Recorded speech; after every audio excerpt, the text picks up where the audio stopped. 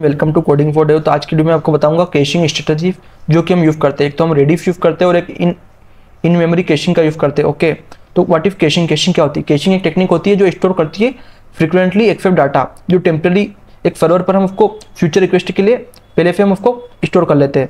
इसका गोल क्या है? रिड्यूस करना रिस्पॉन्स टाइम। ये एक लोअर डाटाबेस और एपीआई लोड रहता है जिसमें हम डायरेक्टली यूजर को डाटा शो कर देते हैं और ये इंप्रूव करता है स्केलेबिलिटी और यूजर एक्सपीरियंस को। और इसका कॉमन यूज केस में आपको बात करूँ तो जो डाटाबेस की क्वेरी कैशिंग होती है वो कैश करती है मोंगोडीबी की यूजर प्रोफाइल मोंगोडीबी से। ओके, और सेकंड इसकी अगर मैं आपको बताऊँ यूज केस तो एपीआई का रिस्पॉन्स कैशिंग है वो कैच करता है third party API data like weather stock, उसको पहले से कैश कर लेता है और फिर यूजर को शो करता है। और जो सेशन और टोकन कैशिंग की बात करूँ तो स्टोर करता है जेनेरेबिलिटी का रिफ्रेश टोकन।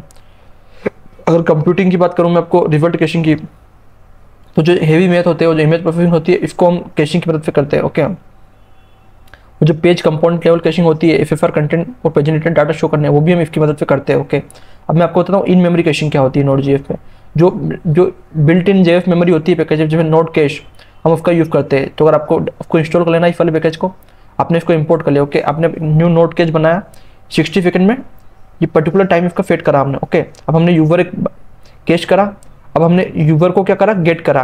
तो ये कैश यूजर अगर होगा तो पहले कैश यूजर हमारा सर्वर को डाटा दे देगा। तो हम क्या करेंगे? अगर फास्ट हमारे को करना है तो हम क्या करेंगे? प्रोसेस मेमोरी का यूज़ करेंगे।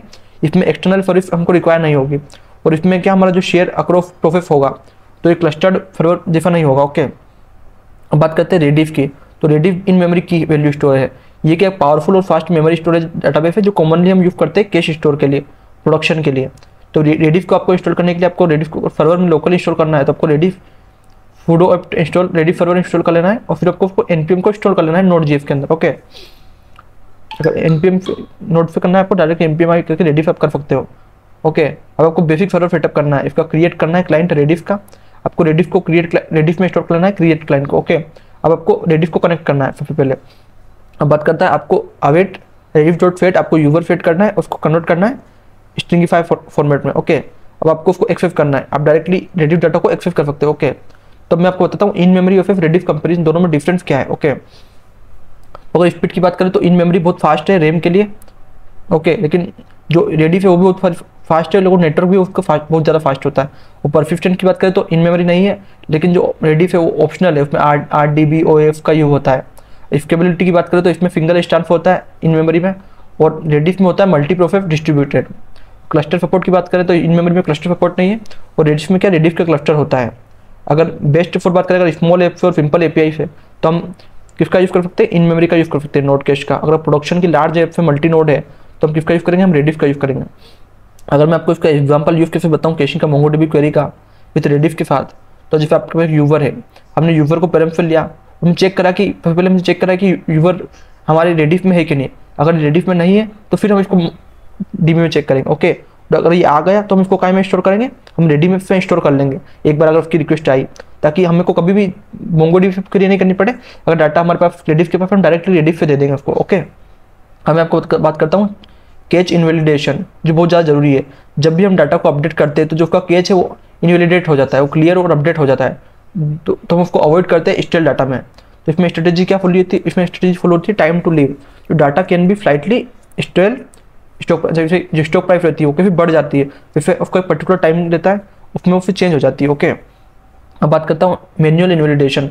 आप कुछ भी कैश शेड्यूलर को जो अपडेट करते हो डीबी को तो वो अपडेट हो जाता है उसका कोई कैश जब डीबी हमारा अपडेट होता है। ओके, और एक इसमें एक और होता है राइट थ्रू कैश। जो अपडेट कैश है वो डीबी साइमल्टेनियसली दोनों राइट करते हैं। ओके, अगर हमारा डीबी अपडेट हुआ तो कैश भी हमारा अपडेट हो जाएगा।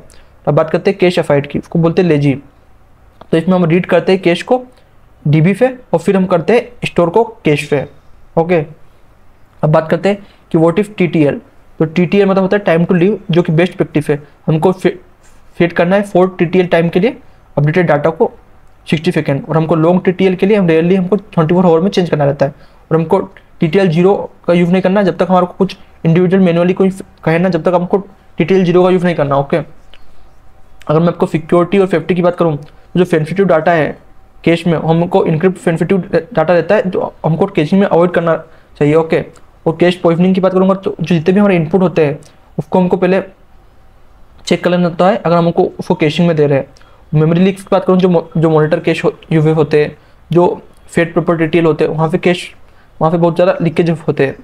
अगर मैं आपको कैच स्टैम्पेड की बात करूँ, जब जो बैकग्राउंड में जब रिफ्रेश चलता है वो स्टेबल होता है तो वो अच्छे से वर्क करता है। ओके, अगर मैं आपको फमरी की बात करूँगा पूरे वीडियो की, तो अगर आपको स्ट्रॉन्ग लोकेशन अगर है आपकी, तो आप इन प्रोफाइल फ्रेम का यूज़ करो, और आपको एक्सटर्नल मेमोरी स्टोर है तो आप रेडिफ का यूज़ करो। ओके, अगर इन मेमोरी कैश होता है ना, उसमें इन प्रोफाइल फ्रेम होती है, और रेडिफ में क्या एक्सटर्नल मेमोरी स्टोर होती है। ओके, अगर स्पीड की बात करें तो मेमोरी बहुत ज़्यादा फास्ट है और रेडिफ भी बहुत ज़्यादा फास्ट है। स्केल की बात करें तो इन मेमोरी केवल लोकल के लिए, और रेडिफ क्या हमारा ग्लोबल और डिस्ट्रीब्यूटेड सिस्टम के लिए है। मैंने अभी आपको बताया कि अगर आपको छोटी ऐप बनानी है तो मेमोरी का यूज़ करो, बड़ी ऐप बनानी है तो आप इसका रेडिफ का यूज़ करो। और दोनों का आपको पता है, अगर इंस्टॉल करना है आपको तो इसको नोड कैश करके आप डायरेक्टली यूज़ कर सकते हो, और इसको आप रेडिफ का आपको रेडिफ, आयो रेडिफ और अब स्टेप जैसे टूल का यूज़ करके आप यूज़ कर सकते हो। ओके, तो आपको इससे रिलेटेड कुछ भी डाउट है कैशिंग स्ट्रेटेजी से इन मेमोरी और रेडिफ रिलेटेड कुछ भी डाउट है तो आप कमेंट कर सकते हो। और इसी तरह की और वीडियो देखने के लिए कोडिंग फॉर डेव को सब्सक्राइब करो। Thank you for watching.